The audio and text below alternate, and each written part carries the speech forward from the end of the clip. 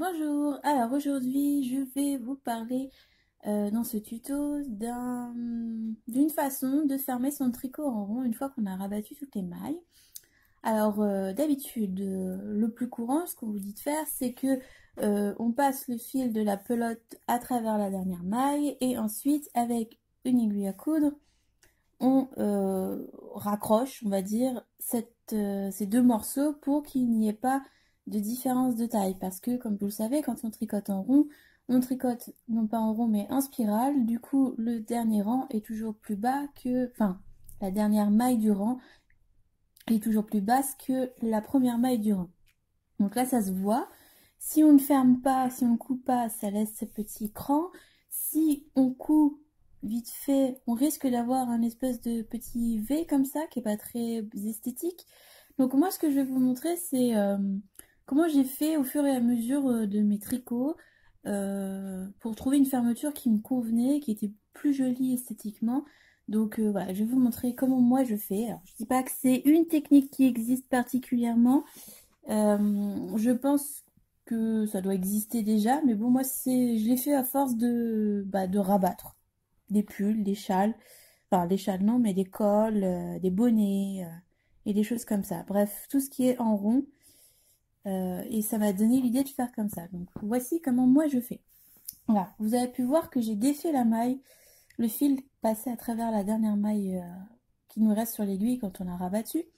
Je précise tout de suite que ce rabat, enfin cette façon de fermer le rabat fonctionne avec tous les rabats où la maille est apparente comme ici, c'est-à-dire que ça fait une espèce de liseré de maille.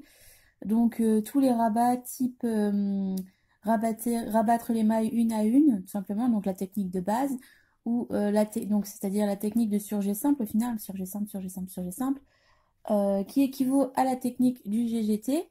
Je pense que j'ai fait une vidéo là-dessus, je vous renvoie là-bas si vous ne connaissez pas. Ça marche aussi avec tous les rabats élastiques type rabat élastique de Elisabeth Zimmermann. J'ai aussi un tuto à ce niveau pour cette technique-là.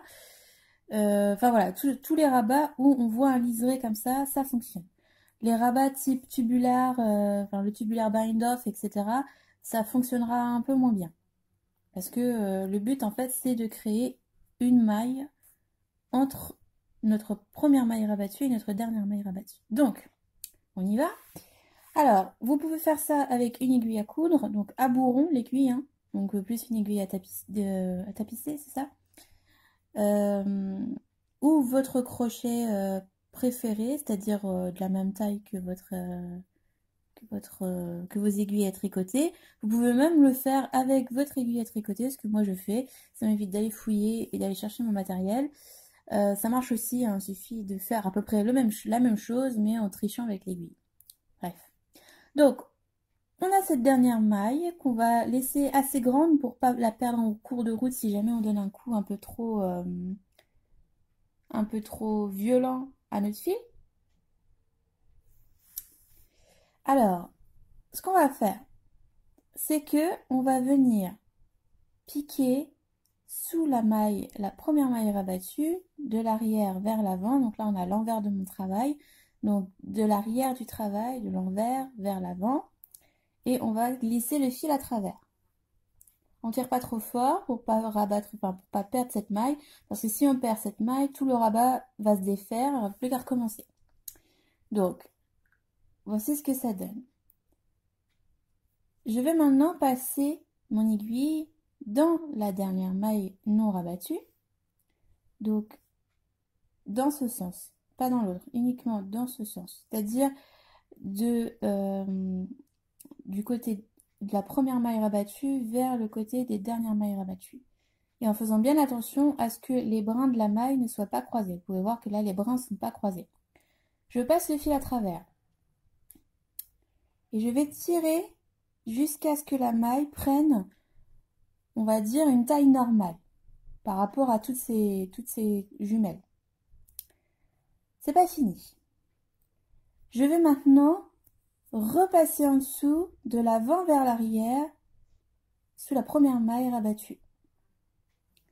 Je passe le fil à travers, je ne tire pas trop fort et maintenant je vais piquer sous le brin le plus éloigné de moi, donc celui qui est le plus proche de l'envers du travail, je pique de l'intérieur de la maille vers l'extérieur et je tire le fil à travers. Qu'est-ce que je viens de faire là? Je viens de créer une maille. Vous voyez, si je tire, elle va se fermer. Voilà. Vous la voyez plus, je vais la réétirer un petit peu. Je viens de créer une maille entre mes deux mailles, une espèce de maille de jonction qui n'existerait pas si on avait fait le rabat normal. Et il ne me reste plus qu'à rentrer le fil.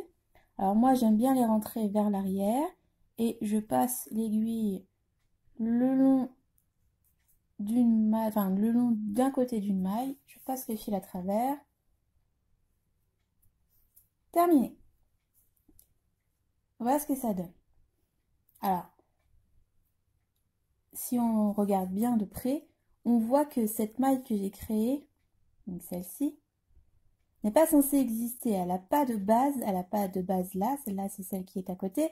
Celle-là, c'est celle qui est ici. Elle n'a pas de base, donc ça fait un petit trou. Mais si on serre bien, c'est ni vu ni connu et le rabat est propre. Voilà. Moi, c'est ma façon de faire. Je le fais sur les chaussettes, je le fais sur les manches, je le fais un peu partout, hein. Je pense que là, sur les manches, je l'ai fait aussi. Alors là, le rabat est élastique, par exemple.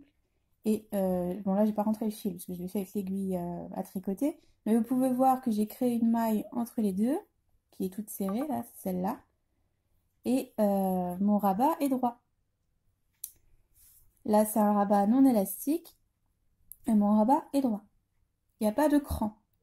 Donc voilà comment je fais pour éviter d'avoir un cran. Alors évidemment, plus on serre, plus on risque d'avoir un petit creux.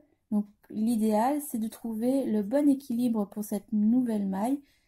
Pas aussi large que celle qui existe. Pas trop serré non plus parce que ça marque sinon. Mais voilà, l'idéal entre deux.